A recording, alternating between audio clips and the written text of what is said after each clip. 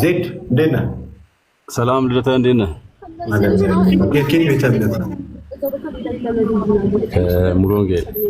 ሙሉ ወንጌል። እሺ ጥያቄ አለ?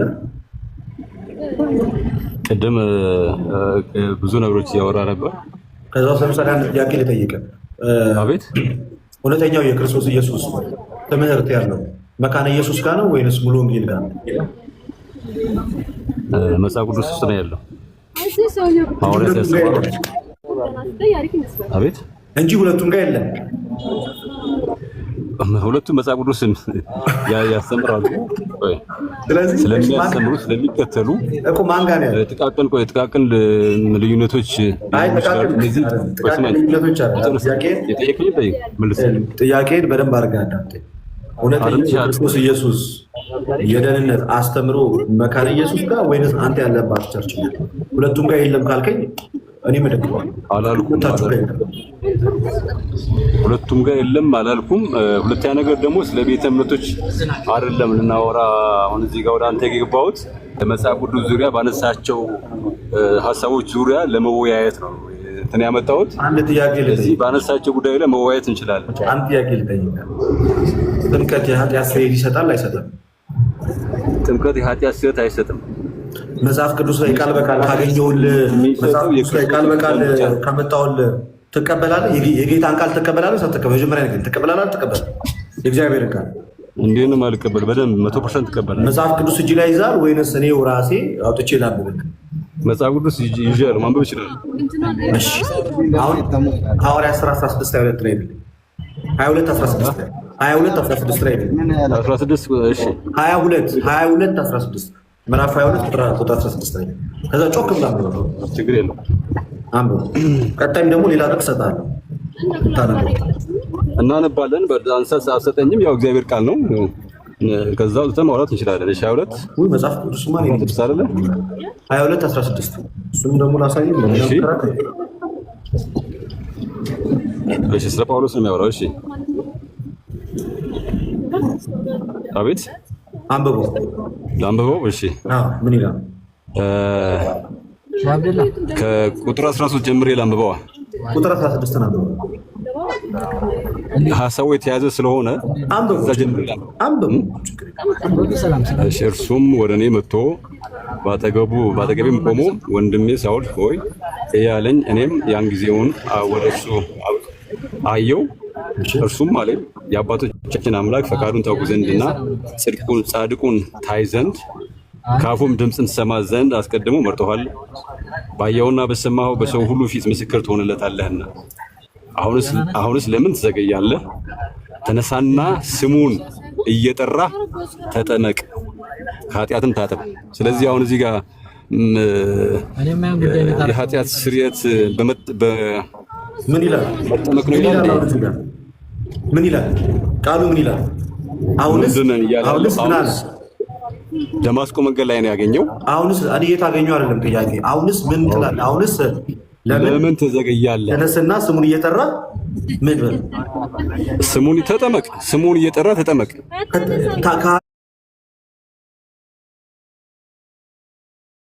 ኃጢአትን ታጠብ የሚለው ቃል ከየትኛው ቀጥሎ ነው የመጣው? ገብቶኛል። ስሙን የኃጢአት ስርየት እንዳለ መጽሐፍ ቅዱስ በደንብ አስደንግጎ ይነግረናል። ያነበብከው ክፍል ላይ ሐዋርያት ምዕራፍ 10ን ማንበብ ትችላለህ። ስሙን እየጠራ ከኃጢአት ታጠብ ያለው መቼ ነው? በደሙ ነው የሚታጠበው። በስሙ የኃጢአት ስርየት እዚህ ክፍል ላይ በደሙ ይታጠባል ይላል ወይ? ተነስና ምን በላለ ደግማ አንብቦ እስካንደስ ኦኬ ስሙን እየጠራ ተጠመቅ አለው አይደለ? ከዛ ስሙን ታጠባል። ከምኑ ታጠብ? እሱማ ሲጀመር ማለት ነው ውሃ ዝም ብለህ ትጨርሳለህ እንዴ? ነው ወንድም ስሙን እየጠራ ነው የምትጠመቀው። ሲጀመር ስሙን ካልጠራ እንዴት ትጠመቃለህ? ስሙን እየጠራ አንዴ ተረጋጋ። ቆይ ነው ወንድም አንተ ተረጋግተህ ማጥቷል ያለብን አንድ ነገር ሁለታችንም ተረጋግተን እንወያይ። እሺ ችግር የለም። ተረጋጋ። ቆይ አሁን ስሙን እየጠራ እና ተጠመቅ ሁለቱ የተለያዩ ጉዳዮች አሉ። ሲጀመር ስሙን እየጠራ ነው የምትጠመቀው እንጂ ዝም ብለህ የትኛውንም ውሃ ስዊሚንግ ፑል ውስጥም ገብተህ ብትዋኝ ከኃጢአት ትታጠባለህ። ሻወር በወሰድክ ቁጥር ከኃጢአት ትታጠባለህ። በዋነኝነት የክርስቶስ ኢየሱስን ስም እየጠራ ነው የምትጠመቀው። ስሙን እየጠራ ግን የምትጠመቀው ጥምቀቱ የጌታን ስም እየጠራ የምትጠመቀው ያ ጥምቀት የኃጢአት ስርየት ይሰጣል ወይስ አይሰጥም? የጥምቀት ትርጉም ሌላ ቦታ ላይ ማየት ይችላል። ትርጉም አልጠየቁህም። እኔ አሁን ቀጥታ የጠየቁህ መልስ ስሙን እየጠራ የምትጠመቀው ጥምቀት ስሙን እየጠራ የምትጠመቀው ጥምቀት የኃጢአት ስርየት ይሰጣል ወይስ አይሰጥም? ይኸውልህ የኃጢአት ስርየት የሚያለው አንደኛ በደሙ ነው። መጽሐፍ ቅዱስ ሙሉ ለሙሉ የሚነግረን ይሄንን ነው። ምንድን ነው የጠየቁህ? በደሙ ምንድን ነው የጠየቁህ? እኔ ምንድን ነው የጠየቁህ? ከዚህ ጋር የተያዘ ነው። ልደተ ቃል ከዚህ ጋር የተያዘ ነው። እየሰማኸኝ ነው? ስሙን እየጠራ የሚያስማማን ጉዳይ የክርስቶስ ደም ሽንፈት ይሄ እኮ ነው። በቃ ምን ሽንፈት? ኦኬ ችግር የለም። ያስወጣኝ መስሎኝ ነበር። ይቅርታ። እየሰማኸኝ ነው? እያወራሁ ሽንፈት ነው። ኦኬ እሺ ይቅርታ። አይ ብዙ ጊዜ እንትን ስለሚል አሸንፋለሁ ለዛ ነው ተጣጣኝ ነው መሰለኝ። ይቅርታ። ኦኬ በጣም ይቅርታ። የጌታ ቃል ለመሰለ ወደ ልብ የማይሰርጽ ማውራት እንችላለን። የጌታ ቃል ለመሰለ ወደ ልብ የማይገባውና የማይሰርጸው እሸነፋለሁ በሚል ስሜት ነው የምትመጣው እንጂ ለጌታ ቃል እገዛለሁ አልገዛም፣ የጌታ ቃል ምን ይላል አይልም፣ እውነት መጽሐፍ ቅዱስ ምን ይላል አይልም የሚለውን ሳይሆን የትኛው ፕሮቴስታንት ሲመጣ እሸነፋለሁ በቃ ሞግታለሁ ድርቅ ስግጥ ላለው ብሎ ነው የሚመጣው እንጂ ቆይ እስኪ ምን ይላል ብሎ አይመጣም። ለዛ ነው አሁን እኮ ቃል በቃል እየተናገረ አሁንስ ለምን ትዘገያለህ? ተነስ።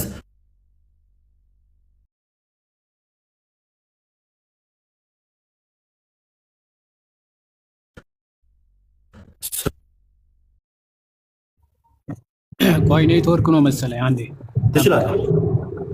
ኦኬ ይኸውልህ አሁን አትገድበኝ። ገብቶሃል አይደለ? የምናወራው በመጽሐፍ ቅዱስ ቃል ነው። እንዲህ በዚህ ይሄን ታንሳ ይሄን ታንሳ ይሰማል ድምጼ ይሆናል። ይሰማል። አዎ እየሰማኝ ነው። እሱ ነው። እሺ የኔስ ይሰማል? አላውቅም። ኦኬ እሺ አሁን እኔ ልደተ ቃል እኔ የምጠይቅህ ከዚህ ቃል በዚህ ቃል ተነስተን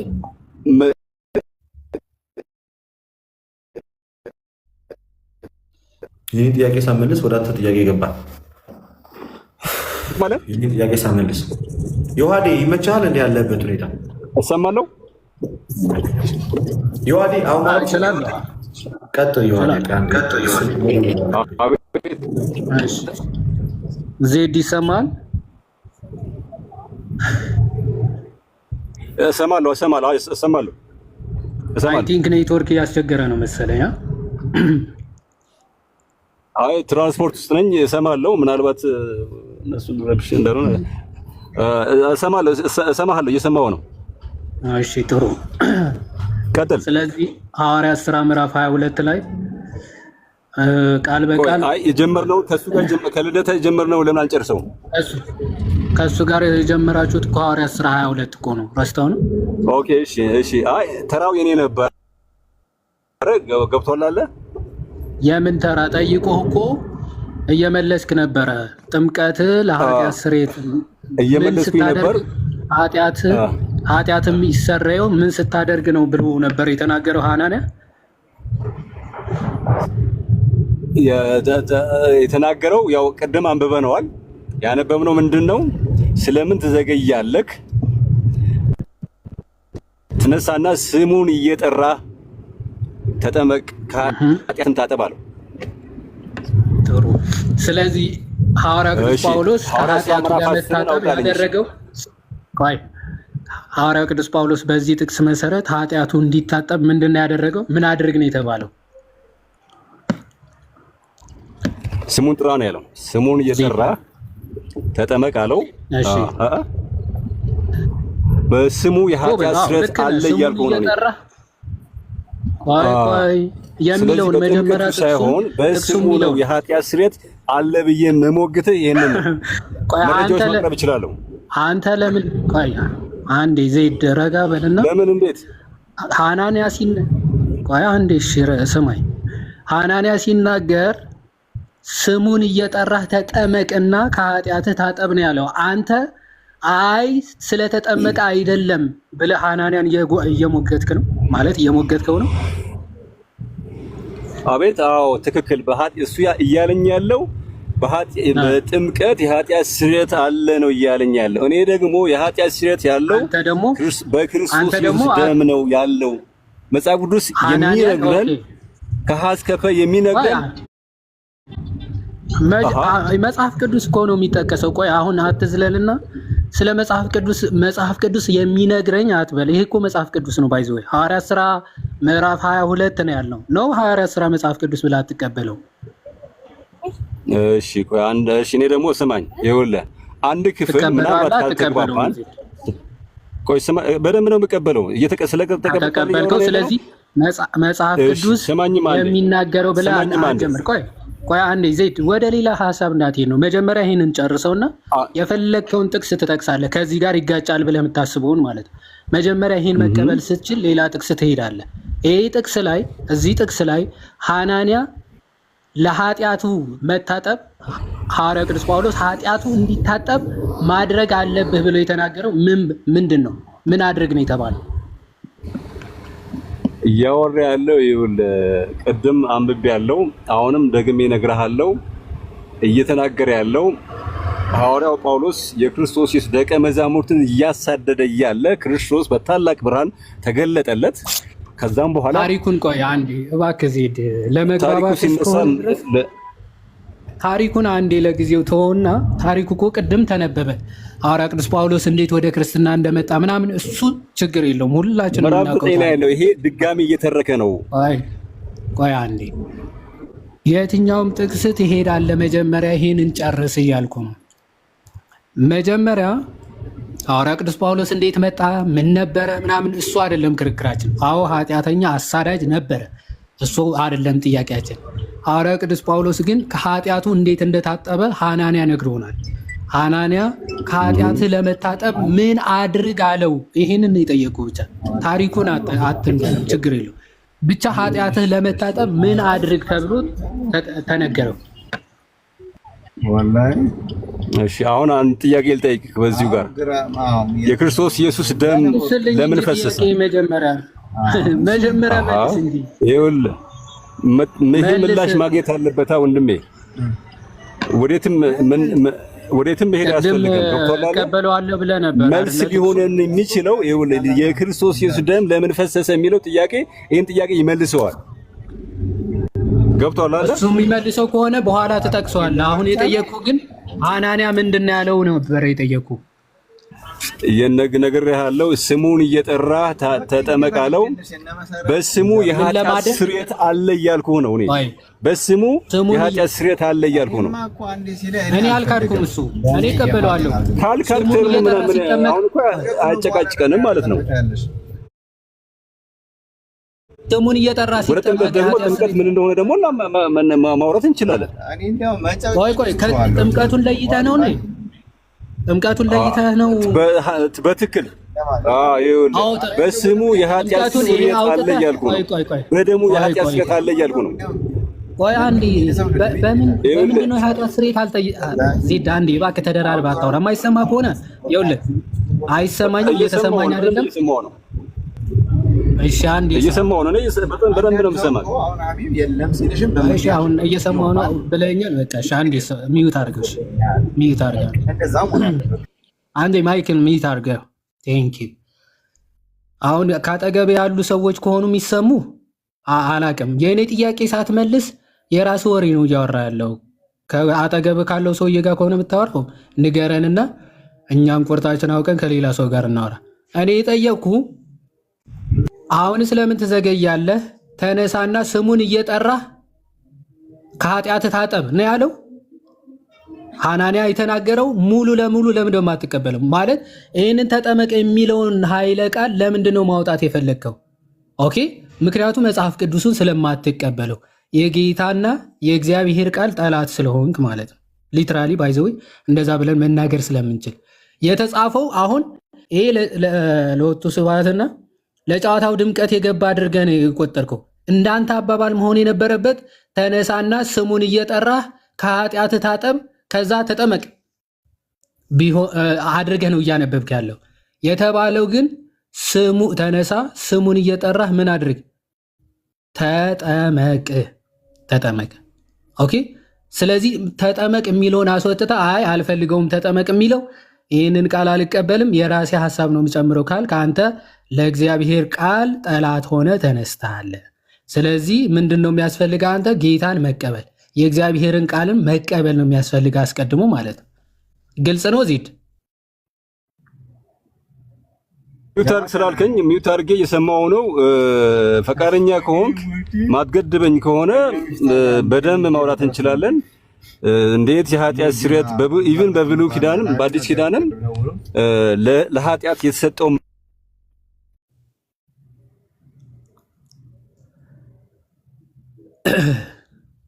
አለህ ዚድ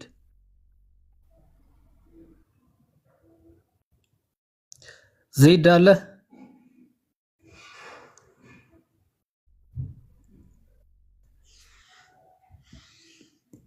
ኦኬ ዜድ ተቋርጧል። ተመልከቱ። አሁን ትልቁ ችግራቸው የእግዚአብሔርን ቃል አለመቀበል ነው። በነገራችን ላይ የእግዚአብሔር ቃል የተቀበሉ ቀንና ዕለት ኦፍኮርስ ከፕሮቴስታንቲዝም ማለት መውጣት ይጀምራል ማለት ነው። ሰው አሁን እያለ ያለው ተነሳና ስሙን እየጠራህ ተጠመቅ የሚለውን አይቀበለውም ይሄ ወዳጃችን ማለት ነው። አይ መጽሐፍ ቅዱስ የሚያስተምረው ይላል። መጽሐፍ ቅዱስ አይደለም ይሄን ክፍል ኦኬ። ለምንድነው ቃሉን ለመቀየር ወይም ደግሞ ለማዞር ምናምን የምትሞክረው ወይም የምትፈልጉት ማለት ቃሉን ለምን አትቀበሉም? መጀመሪያ የራሳችሁን ሀሳብ መጽሐፉ ላይ ከማስቀመጣችሁ በፊት ማለት ነው። ኦኬ ሌላ ፕሮቴስታንት አለ እዚህ? ፕሮቴስታንት አለ እዚህ? ኦኬ ከሌለ እዚህ ያለ አንድ ሰው እሺ፣ ጴጥሮስ ግባ።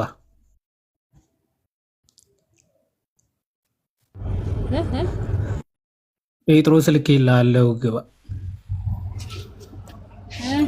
እየሰማኝ ነው? አሁን ላውራ? ቆይ አንዴ ይሰማሃል ወይስ አይሰማህም? የሆነ የማይሰማና የማይመች ከሆነ ቆይ የማይመችና እየሰማሁ ነው ወንድሜ፣ እየሰማ ከሆነ አሁንም ለመጨረሻ ጊዜ ልጠይቅ።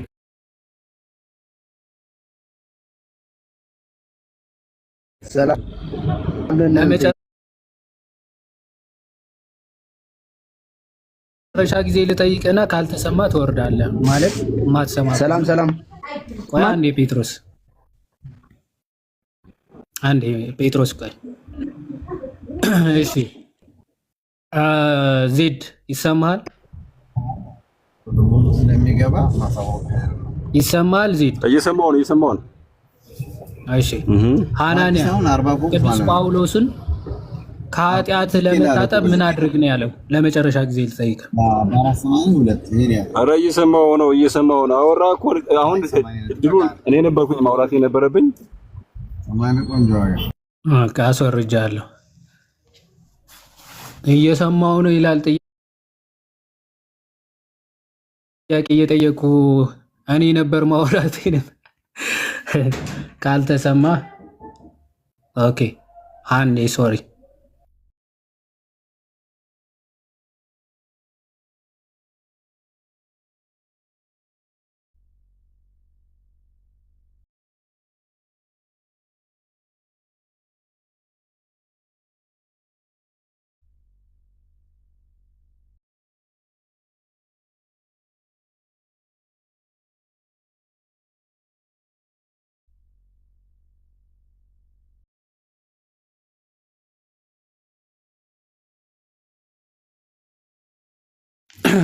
ተመልሻለሁ። ይሰማል?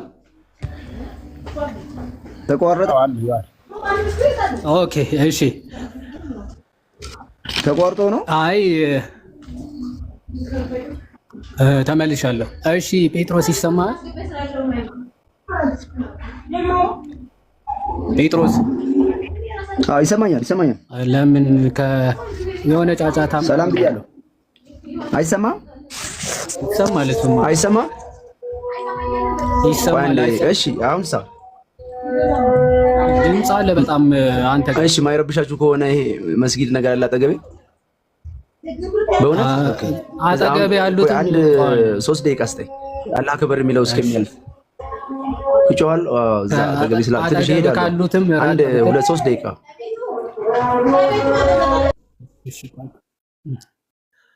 እሺ። ሌላ እሺ፣ ሌላ ሰው መምህር ማውራት የሚችል ከሆነ መግባት ይችላሉ።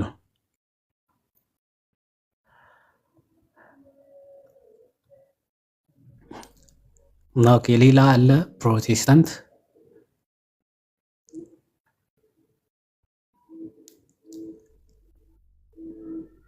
ኦኬ፣ እሺ መምህር ሌላ የለም። ኦኬ፣ ሞዴሬተሮች ካላችሁ አስገቡ ምናምን እና ዜድ እባክህ ዝም ብለህ በመንገድ እየሄድክ የሚወራው ማሰማ ከሆነ አትላክ፣ አትጻፋጻ፣ አታድክመን።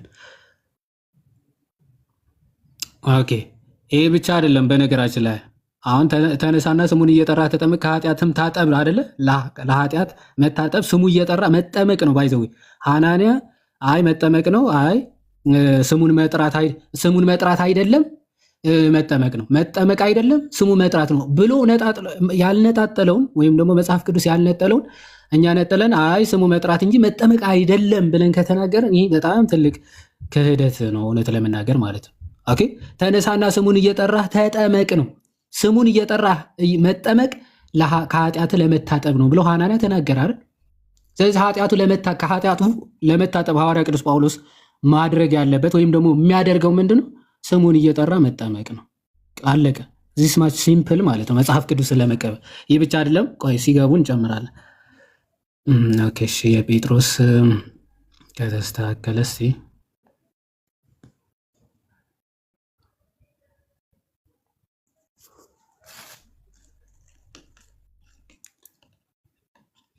አላርለ እሺ ጴጥሮስ ይሰማል? አዎ ይሰማኛል። ኦኬ፣ እሺ ጥሩ። ከየት ቤተ እምነት ነው ጴጥሮስ? ሙሉ ወንጌል። በጣም ጥሩ። አሁን ስናወራ የነበረውን ጥምቀት ለኃጢአት ስርየት ነው ብለህ ታምናለህ ወይስ አታምንም?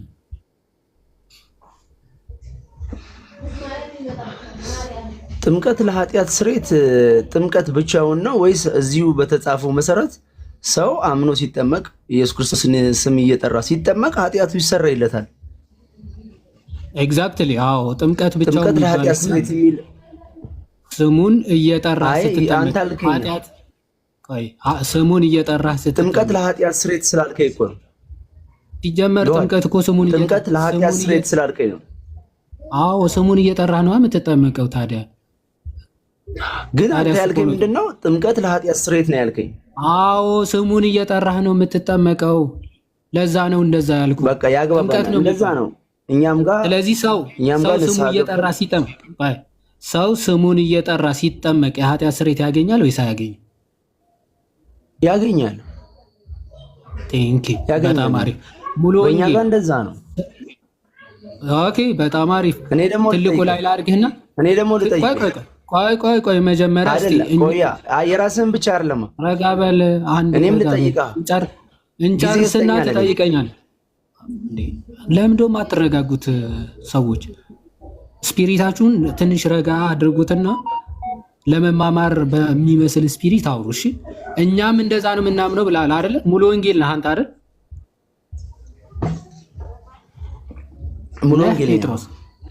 እስቲ ከሙሉ ወንጌል ሰው አምኖ ስሙን እየጠራ ሲጠመቅ የኃጢአት ስርየት ያገኛል የሚል እስኪ ማስረጃ ስጠን፣ ከእምነት መግለጫ ከሌለ እኔ ያሳያለሁ። ስሙን እየጠራ ስትጠመቅ የኃጢአት ስርየት ታገኛለህ። መጽሐፍ ቅዱስ ማስረጃ እኮ ነው። በቂ አይደለም? ሙሉ ወንጌል እንደዛ ታምናለች? እሱማ መጽሐፍ ቅዱስማ ይላል። መጽሐፍ ቅዱስ ማስረጃ ነው። በቃ መጽሐፍ ቅዱስ ማስረጃ ነው። እዛ ጋር እንዝጋውና እዛ ጋር መጽሐፍ ቅዱስ ማስረጃ ነው። ሙሉ ወንጌል መጽሐፍ ቅዱስ እንደማትቀበልን ላሳያ አይሻልም? አይመስልህም? ወደ እናንተ የምትሄዱበት መንገድ ነው። ጥምቀት ብቻውን የኃጢአት ስርየት አይሰጥም።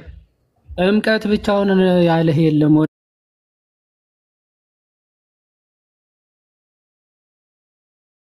ወዳጅ ጥምቀት ብቻው የሚባል የለም ሲጀመር። ጥምቀት ብቻው ምን ማለት? አይ የእናንተን መንገድ ስለሚቃወም ነው። ያንን የምን መንገድ ነው? ምንም የኃጢአት ስርየት አያሰጥም፣ ምንም ጥቅም የተለየ ጥቅም አይሰጥም የሚል የምንፍቅና ላሳይህ ከራስ ቤተ እምነት። እንግዲህ ሙሉ ወንጌል ነኝ ብላ ላሳይህ። አሁን አንድ ሰው ቆይ አንድ ጥያቄ ያን ዓላማና ግብ አለ። ቆይ አሁን ስልታዊ ማፈቅፈቅ እንዳታረጋ አንዴ። የምርም ለእግዚአብሔር ቃል እንደሚታመኑና እንደማይታመኑ አሁን ታያላችሁ። አንድ አካል ነው። እኛ ታማኞች ነን። እሺ እኮ ልናይ እኮ ነው አሁን። ረጋ ስም አታጥፋ። ስም ሳታጠፋ መወያየት እንደሚታመኑና እንደማይታመኑ ታያላችሁ ነው የተባልከው። የምን ስም ማጥፋት ነው? ቆይ አንዴ አትበላ። እንደሚታመኑ እንደማይታመኑ እነሱን ሳትጠቅስ እኔ ጋር ተወያይ ነው። ለምንድን ነው የማልልህ? ካልታመንክም እኔ ጋር ተወያይ ነው የምልህ። አንተ ባልከው አይሆንም። አንተ ጋር ነው እያወራ ያለሁት ጴጥሮስ እኮ። አንዴ እሺ፣ እኔ እንደዛ ብለኝ አንዴ እኮ አንድ አካል መጥቶ ጥምቀት የተለየ ጸጋ አይሰጥም፣ ኦኬ፣ ከድህነት ጋር ምንም አይገናኝም ካለ ትክክለኛ የመጽሐፍ ቅዱስ ሐሳብ ይዟል ብለህ ታምናለህ ወይስ አታምንም? የተለየ ጸጋ አይሰጥም። ይሰጣል እንዴ? የተለየ ጸጋ ይሰጣል ጥምቀት? የኃጢአት ስርየት ጸጋ አይደለም። ጸጋው በእምነት አድኗችኋል የሚለው ከዛ ጋር የተገናኘ ነው የተጻፈበት አውዱ ማለት ነው።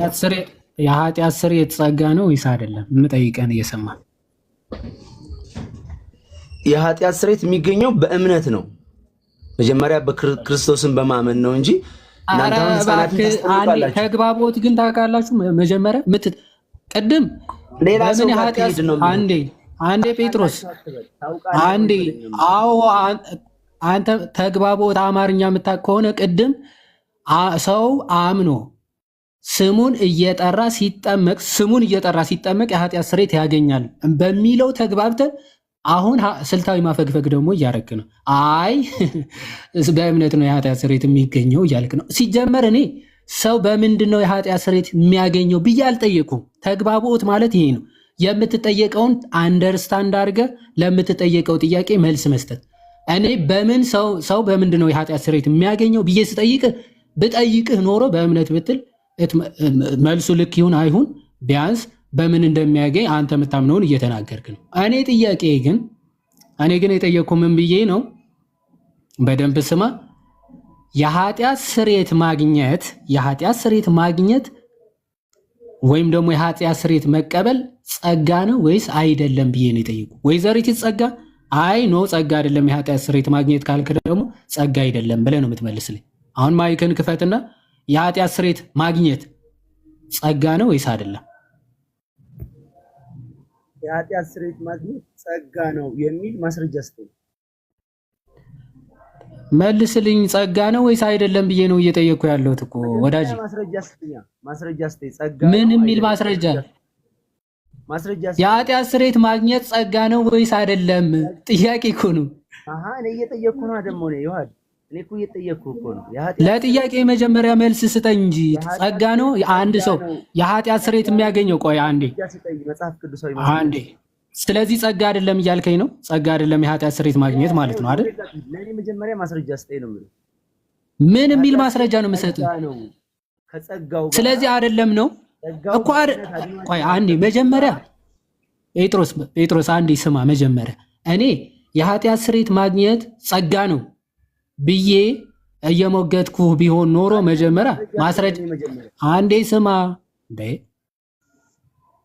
እኔ ነውም አይደለምም ብዬ ምንም አልተናገርኩም። ለየትኛው ነው ማስረጃ? እኔ ነው አይደለም ብዬ አልተናገርኩም። ጥያቄ ነው እየጠየቅኩ ያለሁት። መጀመሪያ የኃጢአት ስርየት ማግኘት ጸጋ ነው ወይስ ጸጋ አይደለም? ጥያቄ ነው። ጸጋ ነው ካልክ ኦኬ፣ ጸጋ አይደለም ካልክም መልስ ነው የምጠብቀው የምፈልገው ከአንተ።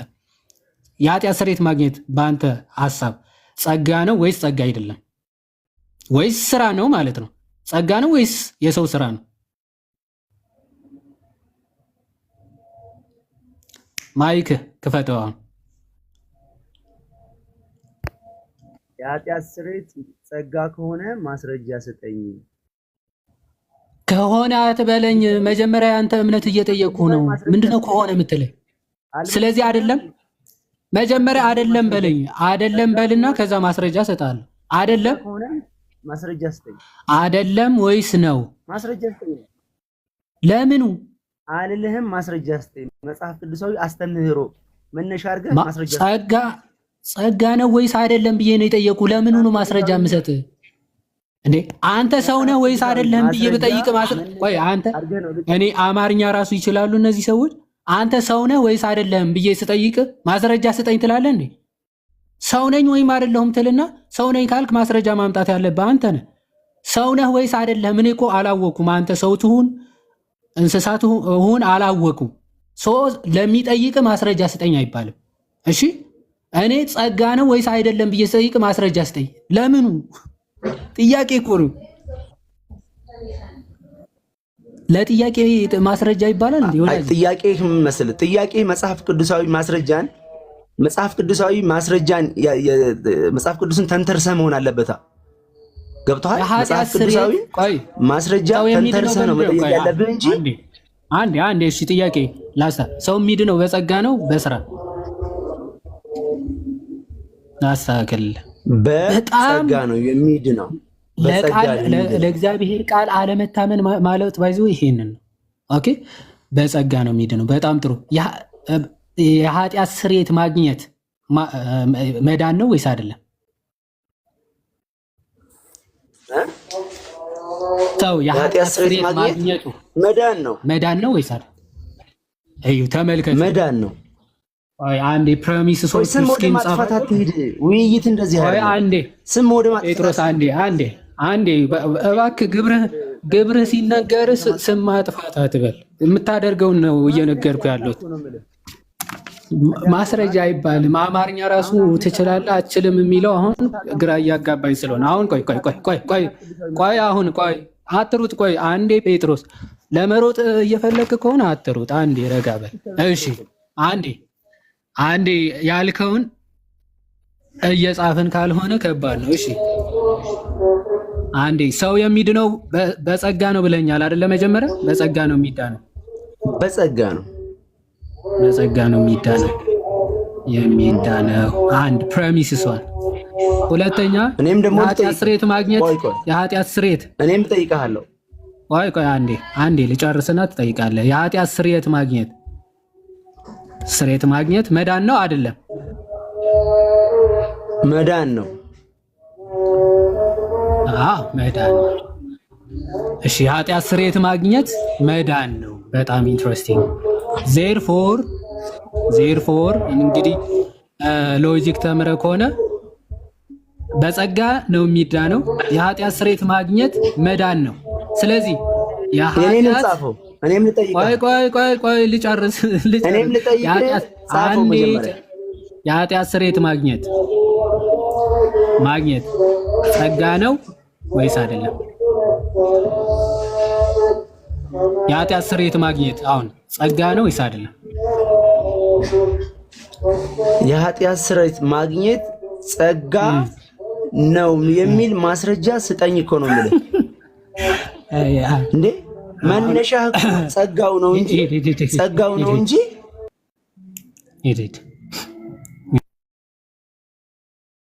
እንደዚህ ለህሊናቸው ከማይታመኑ ሰዎች ጋር ባይዘዌ ጊዜያችሁ ነው የምትፈጁ። ጊዜና ጉልበት ብቻ ነው የምትጨርሱት። ሰው አንተ ሲጀመር መስጊድ አጠገብ ነው ያለ። አዛንህን ስጨርስ ብትመጣ ነው የሚሻለው። እውነት ለመናገር የሰውን ልብ አታድክሙ። እንደዚህ ከመስጊድ አጠገብ እየመጣችሁ በጣም ከባድ ነው እውነት ለመናገር። ሰላማችንም እንፈልገዋለን። ለእግዚአብሔር ቃልም አትታመኑም፣ ለአማርኛ ራሱ አትታመኑም። በጣም ደስ የሚለው ለአማርኛ ራሱ አለመታመን በቃ ስራ ብላችሁታል።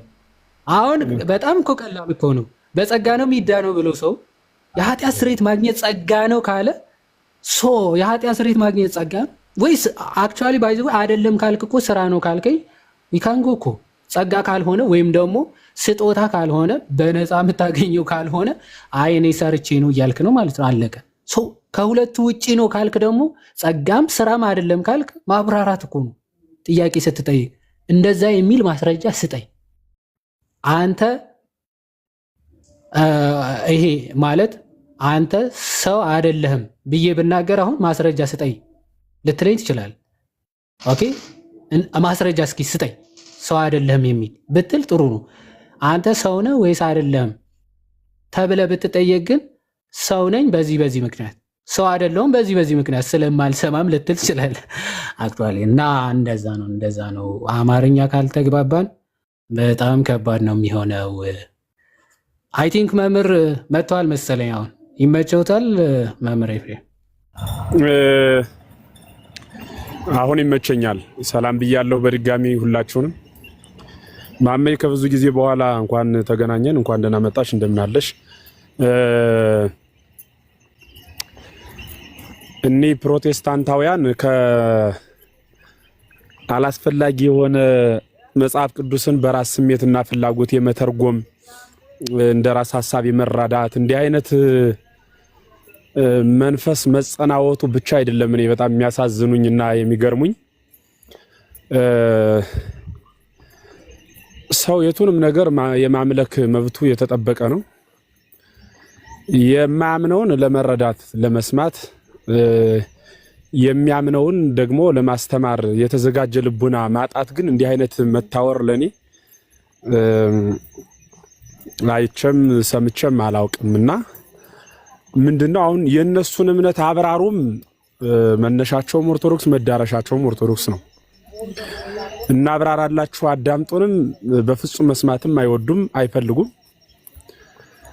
ስም ማን ነው ሲባል አሃቴ ገብሬ ነው አለ ይባላል አንዱ ሰውዬና እንደዚህ አይነት ነገር ነው የሚመልሱት።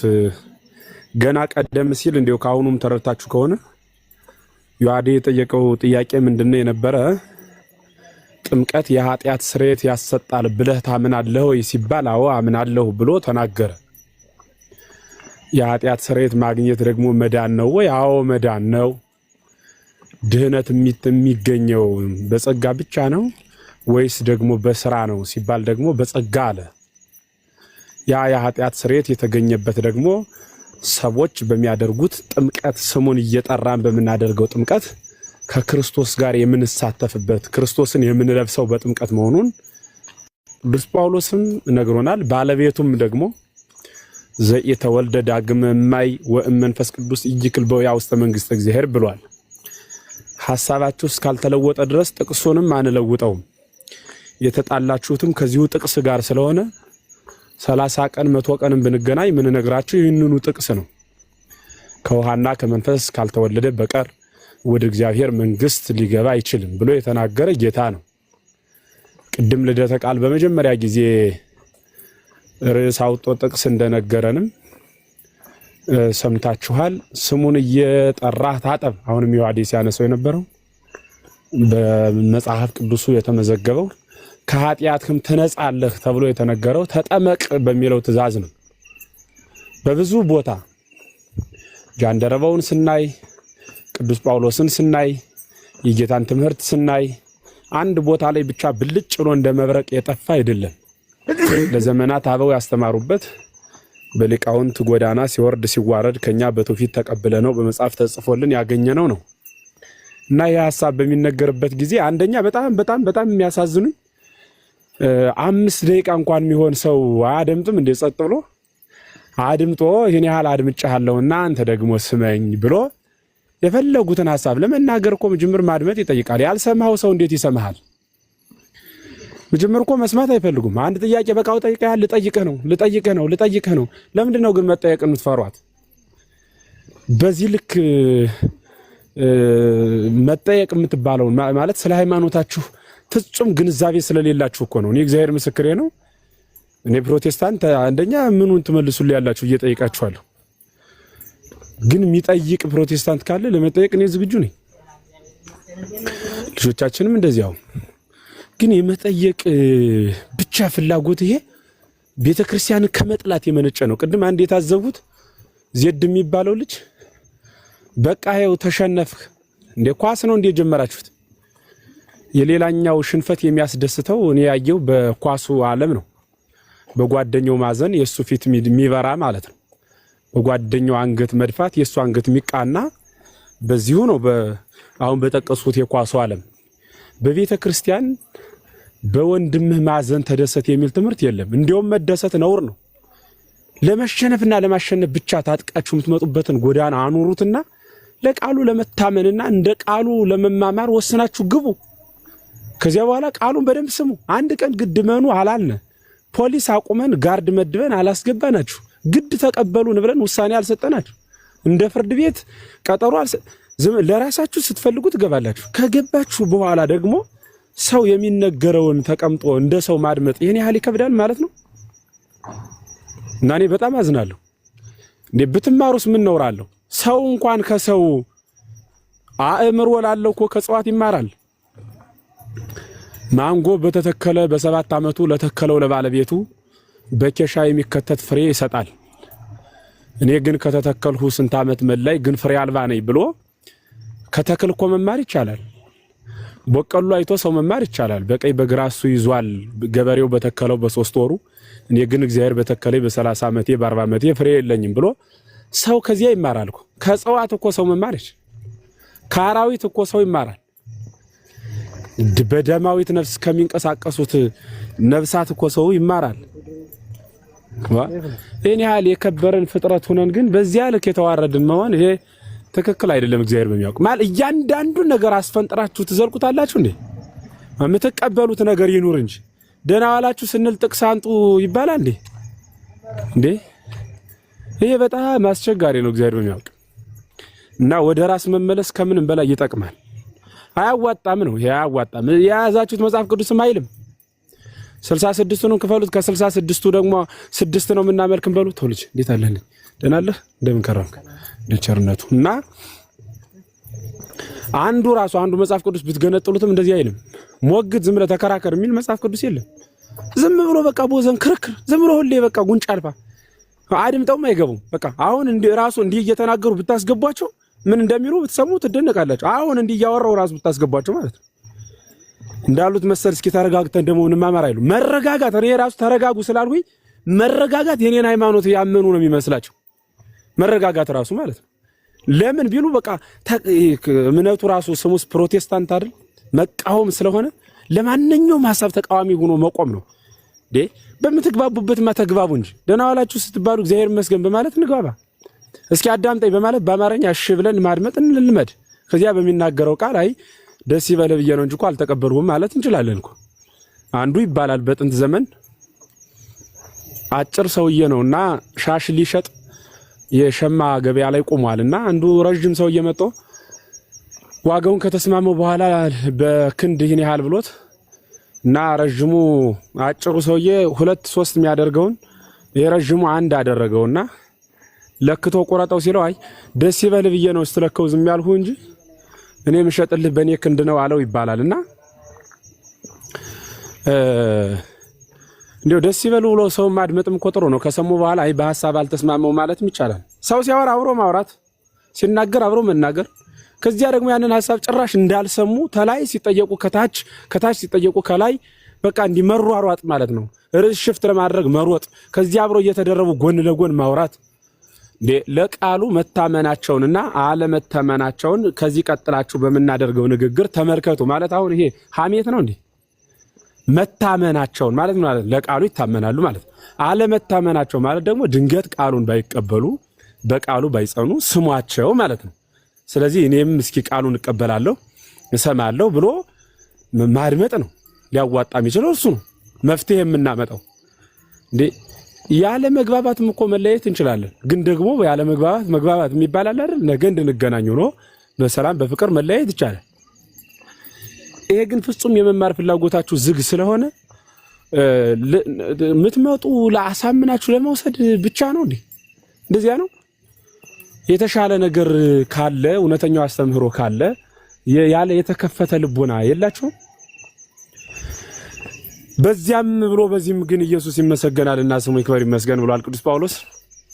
በዚያም አርጉት በዚህ ግን በእናንተ አላዋቂነት ጥላ ስር የሚኖሩት ፕሮቴስታንት ወገኖቻችን እዚህ ገብታችሁ ስታወሩ ሲሰሟችሁ እንዴ እኒህ ናቸው አሁን የሚመሩን የሃይማኖት አባት ያልናቸው በዚህ በአንድ ሰው ፊት ግብረ መልስ በስርዓት መስጠት ካልቻሉ የቆምንበት ሃይማኖት ልክ አይደለም ማለት ነው ብለው ራሳቸውን አይተው ወደኛ ቤት እንዲመለሱ በስደት ለሚኖሩት ልጆቻችሁ የምታሳዩልን የብስጭት የትዕግስት ጥረት እሱ ሌሎች ወደኛ እንዲመጡ ግፊት ስለምታደርጉ እናመሰግናችኋለን። እግዚአብሔር ይስጥልን።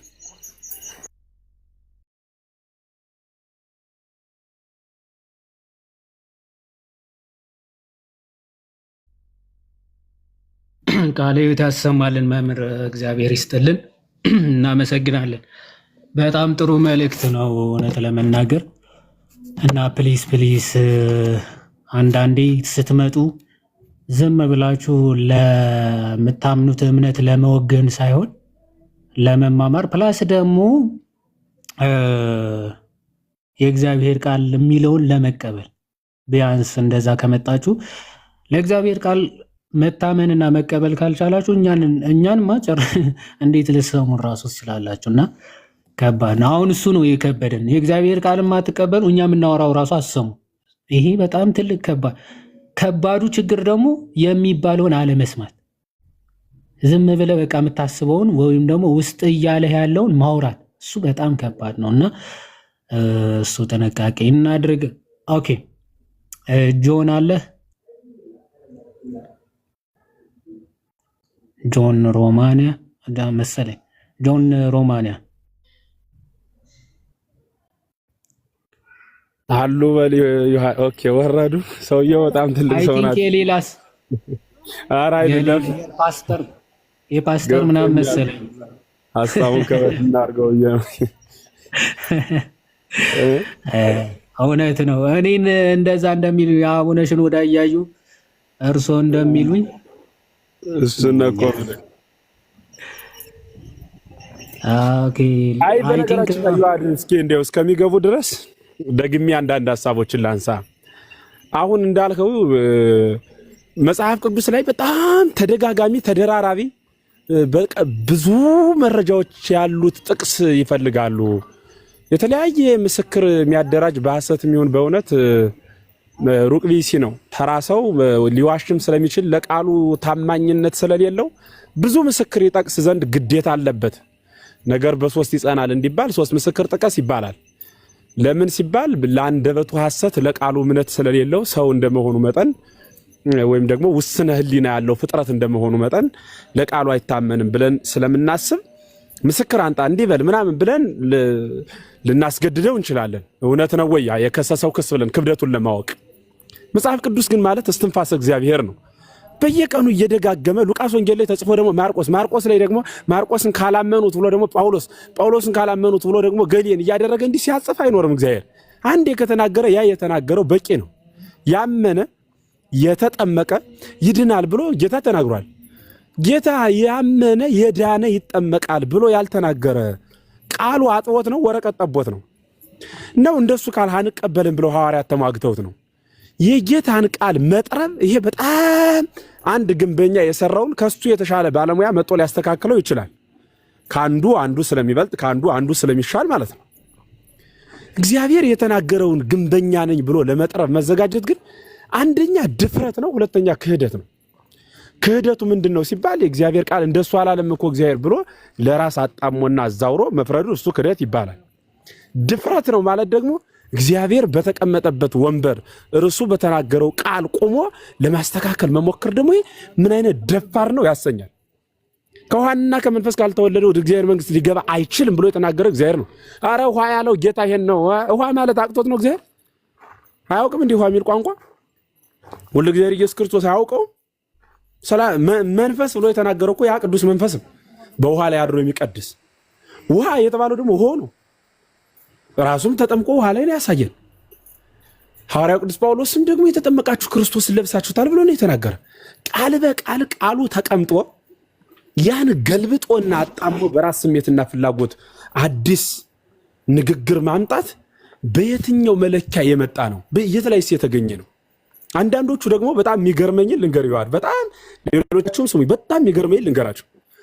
ስሙን እየጠራ ስትጠመቅ እንጂ ጥምቀት ብቻውን የኃጢአት ስርየት አያሰጥም ይላሉ። አሁን ለዚህ ምን ብለህ ትመልሳለህ? አንደኛ ጥምቀት ብቻውን ማለት ብቻ ጥምቀት ብለን አንናገርም። ሁለተኛ ብቻ ጥምቀት የሚለው ሐሳቡ ራሱ ጤነኛ አይደለም። ብቻ ጥምቀት ማለት ምን ማለት ነው? ጥምቀት የሚለው ስም እኮ የተሰጠው እኮ መንፈስ ቅዱስ ያደረበት ስለሆነ ነው እንጂ ተውሃ ገብቶ የወጣው ሁሉ ጥምቀት ከተባለማ የገባ ነው ሻወር በጠቅላላ ጥምቀት ሊባል ነው። ከሻወር እኮ የሚለየው ጥምቀት ያልነው ስሙን መንፈስ ቅዱስ ስላደረበት ነው። ያ ቅዱስ ማይ ስለሆነ ነው። የተቀደሰ ማይ፣ የተለየ ማይ፣ የኢየሱስ ክርስቶስ ስም የተጠራበት ማይ ስለሆነ ውሃ ስለሆነ ማለት ነው። እሱን ነው እኛ እንዲያምንለው እሱ ነው እንዲያምንለው ከሆነ ያ የኢየሱስ ክርስቶስ ስም የተጠራበት እርሱን ጸበል ብለን ስንጠመቅ በእርሱ የኃጢአት ስርየት ይገኛል ብለን ስንናገር መጽሐፍን መሰረት አድርገን ነው። አይ ውሃ ብቻውን እኮ እኛ አላለም። በውሃው ላይ ያደረው ኃይሉ ነው። ውሃውማ እንደ ማንኛውም ተራ ውሃ እኮ ነው የነበረ ሲጸለይበት፣ በዚያ ላይ ስም ኢየሱስ ክርስቶስ ሲጠራበት እሱ ነው ሕይወት የሚሆን መድኃኒት የሚሆን እርሱ ነው። ብቻውን ተገንጥሎ ከኢየሱስ ክርስቶስ ውጭ የሆነ ውሃማ ተራ ውሃ ነው፣ ወራጅ ውሃ ነው። የኢየሱስ ክርስቶስ ስም የተጠራበት ደግሞ እርሱ የኃጢአት ስርየት የሚሰጥ ነው። ምስጢሩ እንደዚያ እሱን መረዳትና በደንብ ሰምቶ ነው አይደለሽ በቃ ብሎ በትህትና ማስታወሻ ይዞ እኔ በጣም ጥበታችን ራሱ ያሳዝነኛል። ማለት አንድ ደቂቃ እንኳን ለመስማት ይበዛብናል። ለምን አንጽፍም? አንደኛ፣ ሁለተኛ ተዘጋጅተን አይደለም የምንገባ። ዝም ብሎ በቃ ቲክታክ ተከፍቶ 300 400 ሰው ተሰብስቦ ካየን በቃ ገስት ላይ መግባት እንፈልጋለን፣ እንገባለን። ከዚያ ጽፈን መያዝ አንችልም፣ የሚመች ቦታ አይደለንም። ከዚያ ዝም ብሎ በቃል መመለስ፣ አንድ ስታልፍ እንዳታልፈን ያችን ታክ ታክ ታክ ታክ ይሄ መጣላት እንጂ መግባባትን ፈጽሞ ሊያመጣ አይችልም። ልክ አሁን ይዋድ እንደያዘው ጽሁፍ መያዝ ማስቀመጥ፣ ያ ሰው ሲጨርስ ደግሞ በተቻለ አቅምና መጠን እሱን እናድርግ ነው። ሲጨርስ ደግሞ ሐሳብ መስጠት። ከዚያ ውጭ ግን እኛ የምናምነው መንፈስ ቅዱስ ያደረበት የኢየሱስ ክርስቶስ ስም የባህሪ አባቱ እግዚአብሔር አብ ስም የተጠራበት የተለየ ቅዱስ ውሃ ከዚህ ያልተወለደ ወደ እግዚአብሔር መንግስት ሊገባ አይችልም ብሎ ባለቤቱ ስለነገረን ከዚያ እንጠመቃለን ማለት ነው። ቃሉም ቃል በቃል ያመነ አለ፣ ከእምነት ቀጥሎ ደግሞ የተጠመቀ አለ፣ ከጥምቀት ቀጥሎ ይድናል ብሎ የሚናገር እሱ ነው እንጂ እናንተ እንደምትሉት ገልብጦ ያመነ የዳነ ከዚያ ይጠመቃል የሚል ቃል ግን የለም ነው። ካለ መጽሐፍ ቅዱስን መሰረት ያደረገ ሐሳብ ካለ ለመወያየት ዝግጁ ነን። ጉንጫ አልፋ ሳይሆን መጽሐፍን እየጠቀስን ሐሳብ ይዘን እንወያይ ለማለት ነው። በድጋሚ አመሰግናለሁ። ልደት ድምጽ አሰማ እንዳይዘረግፈን። ለምሳሌ ስለ ሚስጥረ ስጋዌ ያልከው ጴንጤዎችና እኛ የምናምነው አንድ አይነት ነው? አዎ እነሱም አምላክ ሰው ሆኗል ይላሉ፣ እናንተም ትላላችኋል። ስለዚህ አንድ አይነት ነው እያልክ ነው? በዚህ እንትን አዎ አይደለንም፣ አንድ አይነት አይደለንም። አያ ተሳሳትክ። ሲጀመር እኛ ከሁለት ባህሪ አንድ ባህሪ ብለን ነው የምናምነው። ዋን ኢንካርኔትድ ሎጎስ በተዋህዶ አንድ አካል አንድ ባህሪ ብለን ነው የምናምነው። እነሱ ሁለት ባህሪ ብለው ነው የሚያምኑት። ስለዚህ በመካከል ተዋህዶ ወይንም ፍጹም ዩኒየን የለም ብለው ነው የሚያምኑት። እንዴት ነው ታዲያ አንድ ልንሆን የምንችለው? አይደለንም። አየህ በሚስጥረ ስላሴ ትምህርቱ በነገራችን ላይ እኔ እንደውም ብዙ ቤት ሳስበው ከሚስጥረ ስላሴ እስከ ሚስጥረ ትንሣኤ ሙታን እስካለው ድረስ ከፕሮቴስታንት ጋር ተመሳሳይ እምነት አለን ብዬ ያላስበው። ሚስጥረ ስላሴ ላይ ራሱ እኮ የማይቀበሉት ነገር አለ። ለምሳሌ ሚስጥረ ስላሴ ላይ እነሱ አሁን አሳም ፖይንት ሰቦርዲኔሽን ይቀበላሉ። በዚህ በአዲሱ መደበኛ ትርጉም ከማጥኛ ጽሑፍ ጋር ብለው ባስቀመጡት ጽሑፍ ላይ አንደኛ ቆሮንቶስ ምዕራፍ 15 ከቁጥር 28 ላይ ያለውን በማብራሪያቸው ላይ ሲያስቀምጡት እኮ አብ የበላይ አስተዳዳሪ ነው ብሎ እኮ ነው የጻፉት እኮ። እግዚአብሔር አብን የበላይ አስተዳዳሪ አድርገው ነው የጻፉት። እና ይሄ በእኛ በስላሴ ትምህርት አብ ወልድ መንፈስ ቅዱስ በባህሪ በስልጣን በአገዛዝ ዓለምን ፈጥሮ በመግዛት በመንግስት በመለኮት በፍቃድ አንድ ብለን ነው ምናምን። በጴንጤ ዘንድ የስላሴ ፍቃድ 3 ነው። በጥንታውያን አብያተ ክርስቲያናት ትምህርት ጀምሮ ትምህርታችን አንድ አይነት ነው። የፕሮቴስታንቱ ግን በፍቃድ ፍቃድ ላይ በራሱ ልዩነት አለ። ስፔሻሊ ከፔንቴኮስቴ ጋር 3 ፍቃድ ነው፣ እኛ አንድ ፍቃድ ነው ብለን ምናምን። አብ የበላይ አስተዳዳሪ በፍጹም አይደለም በስላሴ ዘንድ በፍጹም አይደለም። የፍቃድ አንድነት ነው ያለው፣ የስልጣን አንድነት ነው ያለው፣ በመለኮት አንድ በባህሪ አንድ። ሴና የሚል አላ እሺ፣ ምን አባቴ ላድርጋችሁ። በነገረ ክርስቶስ ደግሞ ልምጣለን።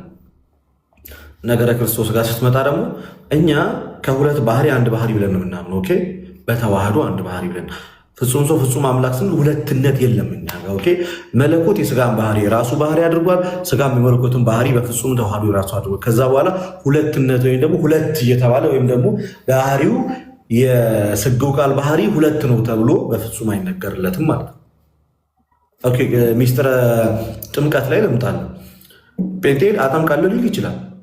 ጴንጤኮስታሎችን ቤዚካሊ እዚህ ጋር ፎከስ አድርጌ የምናገረው አጠምቃለሁ ሊል ይችላል። ሲያጠምቅ ለደህንነት ነው ወይ? ልክ እዚህ ማርቆስ 16 ላይ ያመነ የተጠመቀ ይድናል ብሎ ይናገራል መጽሐፍ ቅዱስ። ያመነ የተጠመቀ ይድናል ብሎ ሲናገር ልክ ማርቆስ ወንጌል ላይ እንደተጻፈው ምዕራፍ 16 ቁጥር 16 ላይ እንዳለው ጴንጤ ሲያጠምቅ ለደህንነት ነው ወይ? ነው አይደለም። ለኃጢአት ስርየት ነው ይላል። ለምሳሌ ጴጥሮስ በአንደኛ ጴጥሮስ ምዕራፍ 3 ከቁጥር 18 እስከ 20 ድረስ ባለው ማለት ነው። ያድነናል ያድነናል ይላል። ሐዋርያት ሥራ 2:31 እስከ መጨረሻው ስታነብ ደግሞ ለኃጢአት ስርየት እንደሆነ ይናገራል። ቅዱስ ቁርባን ላይ እንምጣ። ከመታሰቢያ የዘለለ ነገር የለውም በፔንቴኮስታሉ ዘንድ ቅዱስ ቁርባን። በእኛ ዘንድ ግን የዘላለም ሕይወት ይሰጣል፣ ያውም እውነተኛ የጌታ የኢየሱስ ክርስቶስ ቅዱስ ሥጋና ክቡር ደሙ ነው ብለን እንደምናምነው በዚህ በዮሐንስ ወንጌል ምዕራፍ 6 ከቁጥር 50 እነሆ ከሰማይ የወረደ የሕይወት እንጀራ እኔ ነኝ አለ። ለዓለምም እንጀራነት የምሰጠው ሥጋዬን ነው። ሥጋዬን የሚበላ ደሜንም የሚጠጣ ምን አለው? የዘላለም ሕይወት አለው። ኤስካቶሎጂ ላይ ለምጣለ ወይንም ደግሞ ይሄ ነገረ ትንሣኤ ነገረ ምጽአት ትምህርት ነው። ራፕቸር የሚባል ሰው ሰራሽ ትምህርት አለ ፕሮቴስታንቱ ጋር። ሰው ክርስቶስ ስንቴ ነው የሚመጣው? በፕሮቴስታንቱ የትንሣኤ ትምህርት ስፔሻሊ በፔንቴኮስታሊዝም ይመጣል፣ ይነጥቃል አየር ላይ ለ7 ዓመት ወር 15 ዓመት። በዚህ ላይ እንኳን ስምምነት የለም። ደመና ላይ 7 ዓመት እንቆያለን የሚሉ አሉ። ደመና ላይ 15 ዓመት እንቆያለን የሚሉ አሉ። እንደገና ደግሞ ከመከራው በፊት መጥቶ ይወስደናል የሚሉ አሉ። ከመከራው በኋላ መጥቶ ይወስደናል የሚሉ አሉ። ቤተክርስቲያን ትነጠቃለች የሚሉ አሉ። እኛ እንነጠቃለን የሚሉ በዚህ በንጥቀት ዙሪያ ላይ ከዚህ በፊት የሰራሁላችሁ ቪዲዮ አለ። በጣም በሚገርም ሁኔታ ሰደንሊ ነው ሀፕን የሚያደርገው ብሎ ነው የሚያምኑት ንጥቀት። ይሄ ራፕቸር ወይም ደግሞ ንጥቀቱ ሰደንሊ ነው ሀፐን የሚያደርገው። ኢቨን አልኩኝ እኮ ከዚህ ፊት ስናገር ከሰማችሁ አዲስ ባልና ሚስት ሆኖ ወይም ደግሞ ባልና ሚስት ስጋዊ ፈቃዳቸውን እየጨመሩ ስጋዊ ፈቃዳቸው ላይ እንኳን ቢሆኑ ራፕቸር ከሆነ ይነጠቃሉ። እንደዛ ይሄን ያህል ነው ትምህርቱ። ይቅርታ ለቃላት አጠቃቀሚ ይሄን ያህል ነው። ለምሳሌ መጠንቀቅ ያለባችሁ ሌላኛው ፎር ኤግዛምፕል አንድ ፕሮቴስታንት ኦርቶዶክሳዊ ገርል ፍሬንድ ብትኖረው፣ ጥንቃቄ አድርጉ እዚህ ላይ በምናገር ሰዓት ብትኖረው እሷ እና ወደ በእነዚህ ነገር ውስጥ ብትወድቅና እሱ ይነጠቃል፣ እሷ ትቀራለች ማለት በጣም ጥንቃቄ ያስፈልገዋል ጋይስ። ለምሳሌ ዶክተር ቢሆን አንድ ሰው እኔ አሁን ያደርገውና ሆስፒታል ገባ ኦፕራሲዮን ለመሰራት ጴንጤ ቢሆን ዶክተር ኦፕራሲዮን የሚያደርገኝ አንድ ድንገት የዛን ቀን ንጥቀት ቢሆን በቃ ስራው ሳይጨርስ ኦፕሬሽኑን ይሄዳል። ከባድ ነው። ራይድ ሹፌሩ የራይድ ሹፌሩ ጴንጤ ቢሆንና ከኋላ የተቀመጣችው ኦርቶዶክስ ያምትሉ እሱ ይነጠቃል፣ አንተ ትጋጫለህ። ከዛ ውስጥ መንዳት የሚችል ከሌለ ዲስማች እንደዚህ አይነት እኮ ትምህርት ነው ያለው እስካቶሎጂ ላይ። ስለዚህ በዚህም አንድ አለን። ስለመነጠቅ መጽሐፉ ላይ የለም። ስለ ንጥቀት አይደለም እሱ የሚናገር ሲጀመር በቃ ስለመጨረሻው ቀን በቃ ከጌታ ጋር ለዘላለም ህብረት ስለምናደርግበት ጉዳይ ነው የሚያወራው እንጂ ተነጥቀ የሆነ ደመና ላይ ቁጭ ብለህ እንደገና ወደ ምድር መጠ ከዛ ክርስቶስ ይመስላል። ጥቅሱ ግን እንደዛ ኢንተርፕሬት አይደረግም ይመስላል። ከዛ ያቺን ቃል መነጠቅ እንነጠቃለን ሲል ጳውሎስ ምን እያሉ ነው የሚለውን እንኳን ሳታራራ እዛው እኮ ይመልስልሃል ራሱ ጳውሎስ አንደኛ ተሰሎንቄ ምዕራፍ 4 ላይ አይደል ይህን ሀሳብ የተናገረው። ሁለተኛ ተሰሎንቄ ላይ ደግሞ ሄደህ ስትመለከተው ግልጽ ያደርገዋል። እዛው ክፍል ላይ ራሱ ግልጽ ያደርገዋል። ራፕቸር መነጠቅ ማለት በቃ ነፍስና ስጋችን ተዋህዶ ከጌታ ጋር እንነሳለን፣ እንሄዳለን ከሱ ጋር ለዘላለም በዛ እንኖራለን። በቃ እንደ ስራችን ከዚህ የተለየ ነገር የለው። ስለዚህ በእንደነዚህ አይነት ሜጀር በሆኑ ትምህርቶች ራሱ አንስማማም ነው የምልህ። ሰናያ እሺ፣ ሁላችሁም መጽሐፍ ቅዱስን ነው የምትቀበሉት አይደለ? እኛ እንዴት መጽሐፍ ቅዱስን አለመቀበል እንችላለን? እኛ እኮ ክርስቲያኖች ነን። ሲጀመር መጽሐፍ ቅዱስን እኛ አይደል የሰጠነው እና እንዴት ነው የሰጠነው ማንቀበለው?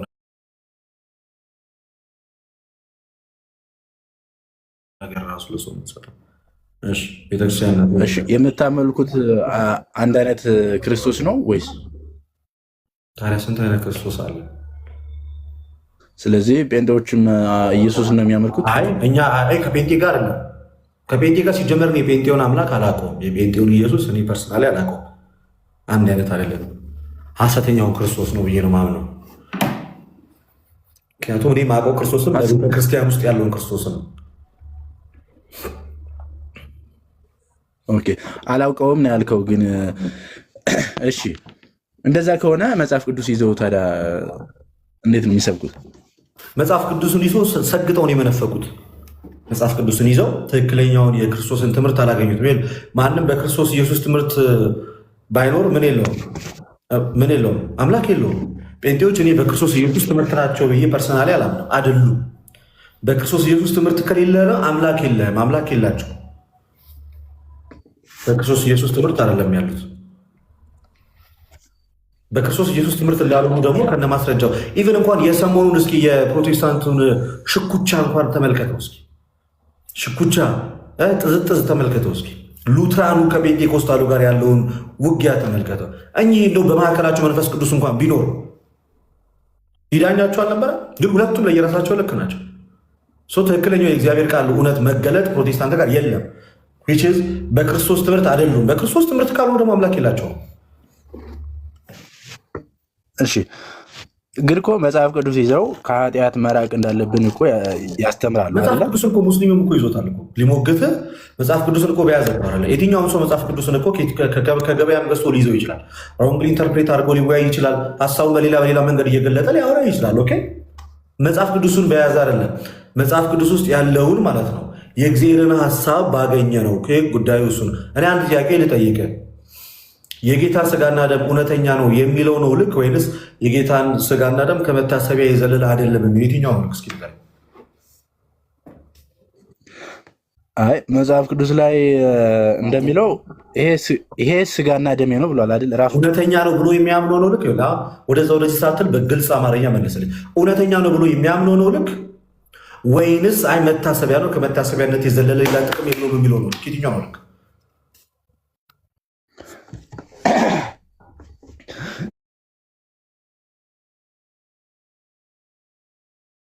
ስለ መጽሐፉ ላይ እንዳለው ነው የምመልስልን። ምንድን ነው መጽሐፍ ላይ የሚለው?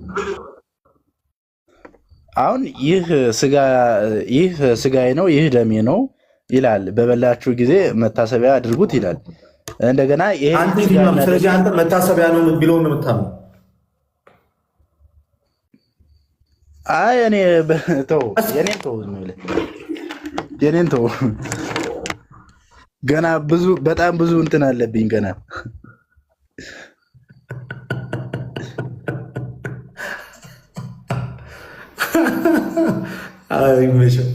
ገና እግዚአብሔርን ሳይመሽብህ ወደ ቤት ተመለስ። ሳይመሽብህ ወደ ቤት ተመለስ። ምንም ማለት እኔ ፎሎ ላደርግና በውስጥ እንማማር ከልቤ ክርስቶስን እያንዳንዱ ሲፓራዬ የጠፋ ሰው አንቺ ስሞክ በስረስ እኔ ፎሎ ላደርግህና የምር ጊዜ ሰጥቼ ቴሌግራም ላይ ላስተምር። ጥያቄ አለኝ የምትለውን ነገር ማለት ጠይቅ። ሳትሳሳ የፈለግከውን ጥያቄ እያነሳ እንማማር። ቻሌንጅ ላደርግ ትቀበላለህ? ችግር የለውም። እሱማ ግን ያው እንደ መጽሐፉ አስረዳሃለሁ። እንደ እግዚአብሔር እያንዳንዱን እየገለጥኩኝ አስረዳሃለሁ። ይመቻል? እሺ ችግር የለውም። ምንድነው ፎሎ መልሽ ይላለሁ። ፎሎ አድርገኝ ፎሎ አድርጌያለሁ። ፎሎ መልሽ ይላለሁ። ጎበዝ። በቃ አንተ ከታተል። ዝም ሲባራ ሜሴጅ ስጽፍልሽ ለምንድን ነው አክሰፕት አይመልሰው? እምቢ ይላል።